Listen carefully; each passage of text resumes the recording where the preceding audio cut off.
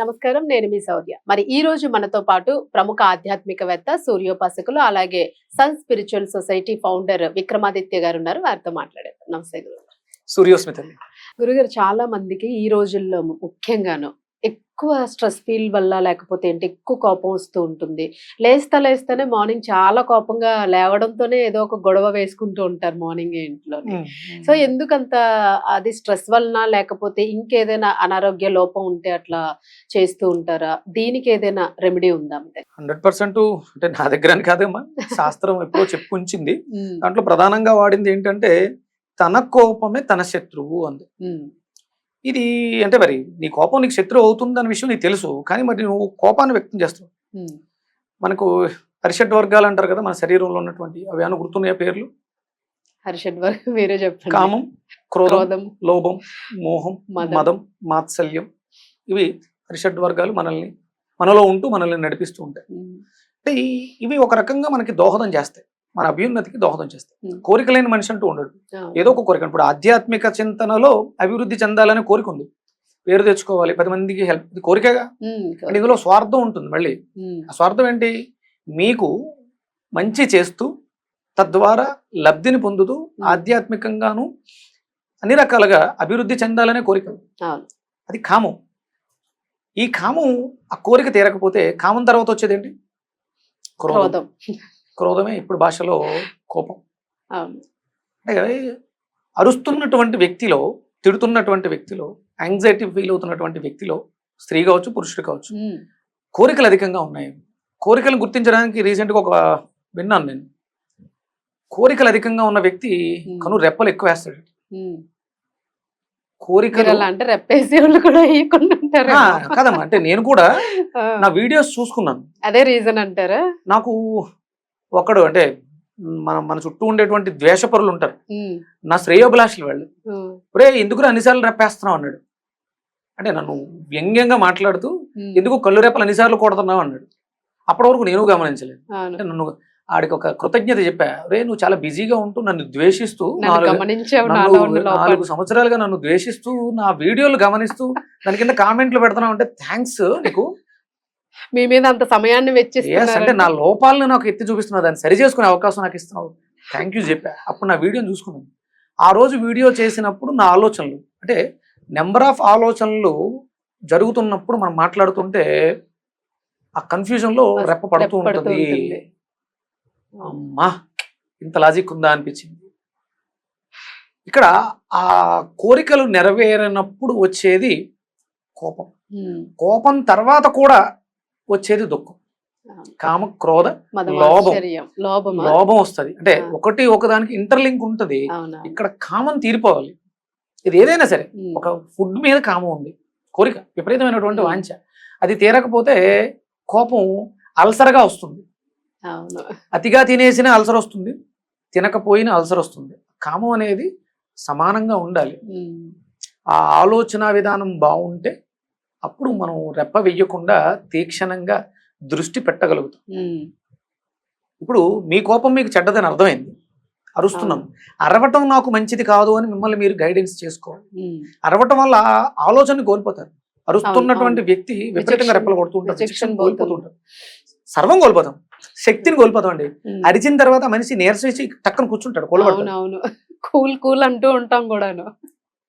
అంటే తన కోపమే తన శత్రువు. ఇది లివర్ మీద ప్రభావాన్ని చూపించి నీకు అనారోగ్య సమస్యలు వచ్చే అవకాశం ఉంటుంది. నీ ఆరా చెడిపోతుంది. ఒక కాంతివంతంగా మన చుట్టూ ఉండాల్సినటువంటి ఊర్జ ఆరా అది నల్లగా మారిపోయి కుషించుకుపోతుంది. దానివల్ల నువ్వు చాలా కోల్పోతావు. భవిష్యత్తు అంటే ఇక్కడ నుంచి నేను ఒక 500 కిలోమీటర్ల దూరంలో ఉన్నటువంటి నా తల్లిదండ్రుల యోగక్షేమాన్ని కూడా చూడలేను. అది నాకు లేదు, ఆ కోపం లేదు, శాంతంగా ఉన్నాను. ఒక్కసారి అలా కళ్ళు మూసుకుని ధ్యానంలోకి వెళితే అక్కడ తల్లిదండ్రులు ఏమైనా ఇబ్బంది పడుతున్నారా, వాళ్ళకి ఏం అవసరం, ఇవన్నీ తెలుస్తాయి. సెన్స్కి తెలుస్తుంది. అంటే అన్నమయ, ప్రాణమయ, విజ్ఞానమయ, మనోమయ, ఆనందమయ. ఆనందం కోసమే మనం ఇవన్నీ చేస్తాం. ఈ ఆనందం చివరిలో ఉంది. ఆనందమయ కోసం అనే ఒక లేరు చివరి ఉంది. అది అంటే మన చుట్టూ పొరల పొరల్లా ఉంది. అన్నమయ శరీరం అంటే అన్నంతో ఒక శరీరం ఏర్పడింది, ఇది అన్నమయ శరీరం. అవును. దీనిపైన ప్రాణమయ శరీరం, ఎనర్జీ బాడీ అనేటు ఉంటుంది. ప్రాణమయ విజ్ఞానమయం. ఈ ప్రాణంతో విజ్ఞానంతో ఆలోచిస్తే నేను విచక్షణం కోల్పోకుండా నా అనుకున్నవన్నింటినీ సాధిస్తాను. విజ్ఞానమయం, మనోమయం. విజ్ఞానం వచ్చిన తర్వాత మనోమయ కోసంలోకి వెళ్ళి దాన్ని మెటీరియలైజ్ చేస్తాను. అవును.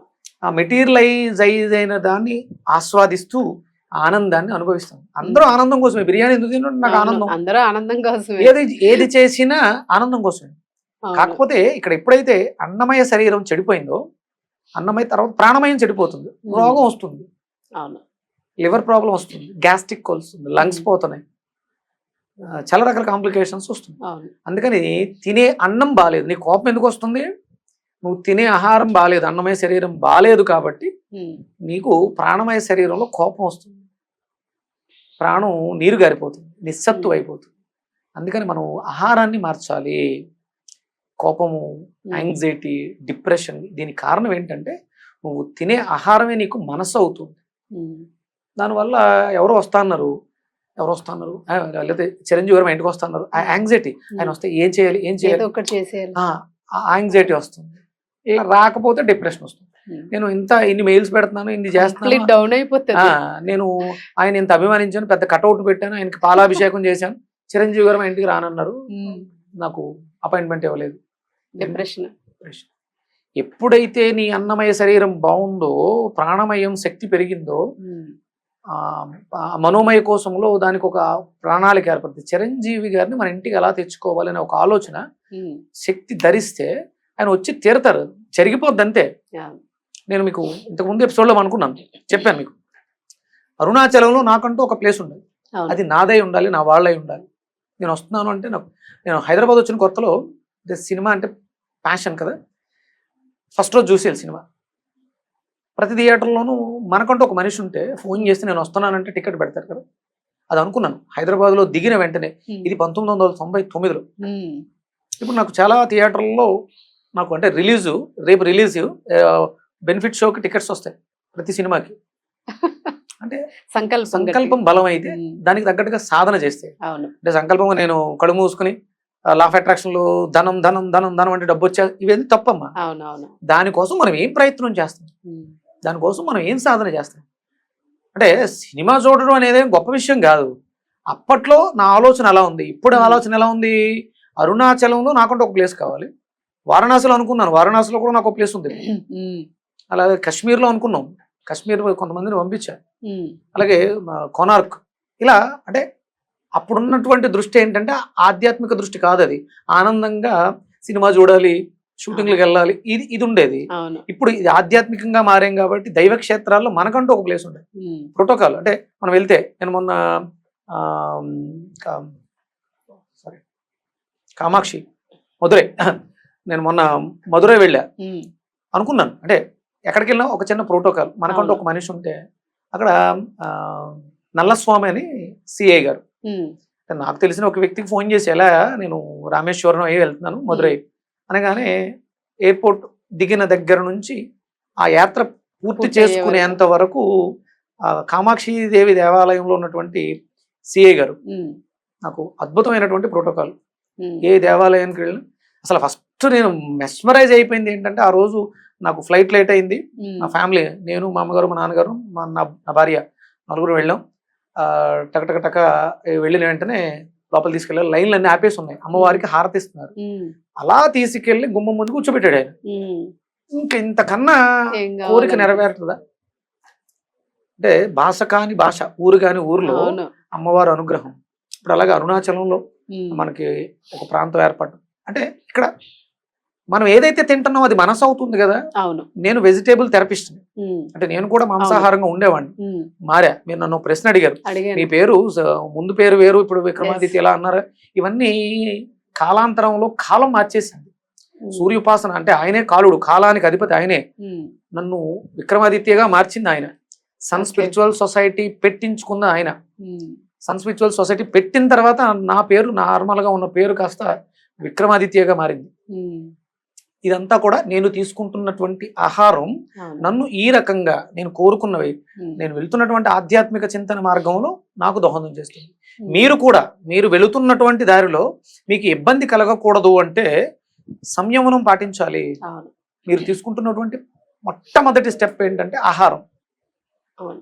నీ ఆహారమే నీకు మనసు అవుతుంది. అది కోపంగా మారినా, ద్వేషంగా మారినా, యాంగ్జైటీగా మారినా, డిప్రెషన్ అయినా, ఒకళ్ళని చంపనా, లేకపోతే నువ్వు చావుకి సిద్ధపడినా, కారణం ఏంటంటే నీ లోపల ఉన్నటువంటి తిన్న ఆహారం పాడైపోయింది.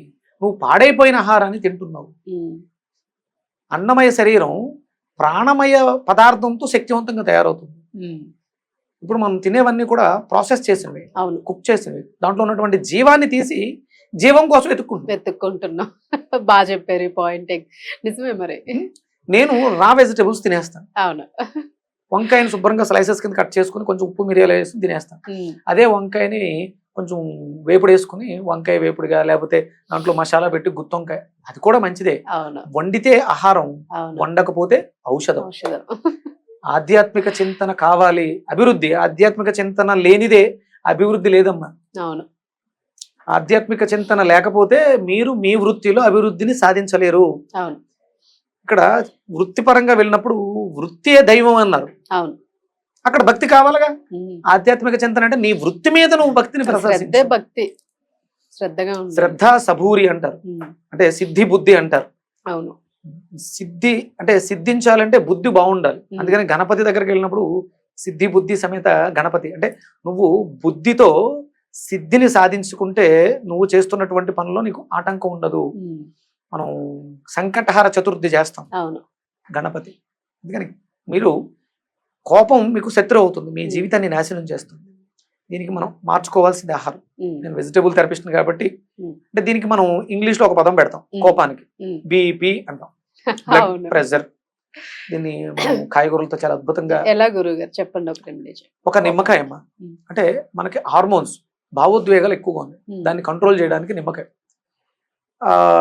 మనం వినేవో మనకి వినపడేవో వాటి ద్వారాను మనలో ఆ కోపం వస్తాయి అవతల వ్యక్తులు.